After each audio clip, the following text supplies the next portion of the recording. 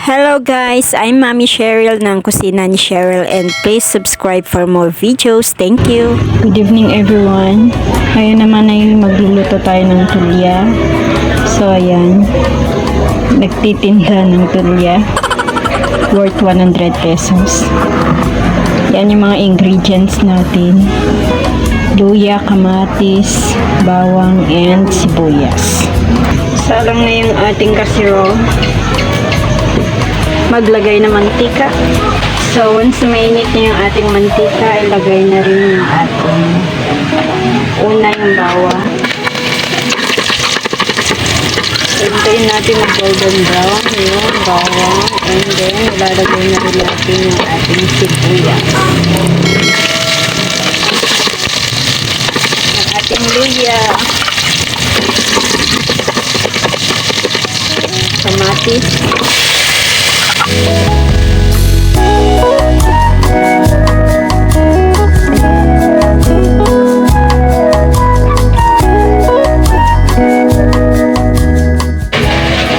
So, itong tulya ay nugasan ko ng ilang beses para matanggal yung dumi.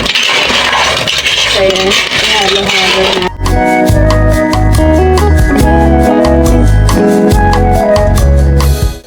And maglalagay tayo dito ng bagoong. Bagoong? Wala na pong bagoong. Yan na nga, maglalagay pa tayo dito ng ating bagoong. So, tansya-tansya lang yan, guys. Ay, imimix lang po natin ang bagoong. So, maglalagay na tayo ng ating tubig. Enough water. So, ayaw ko rin na masyadong sabaw. Depende na sa inyo.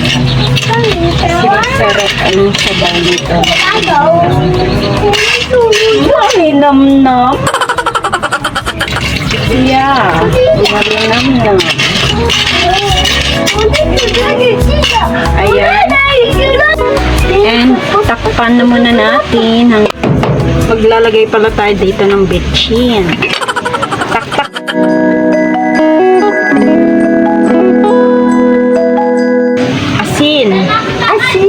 Asin, konting asin. Kasi may bagoong na to kanina.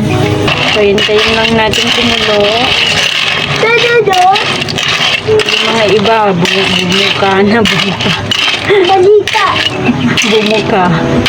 Kahit hindi pa kumulo, tasteless na. Mamaya, maglalagay ulit tayo ng asin. So, ayan, maglalagay tayo ng asin. Depende sa inyong panlasa, guys. Tansya-tansya lang.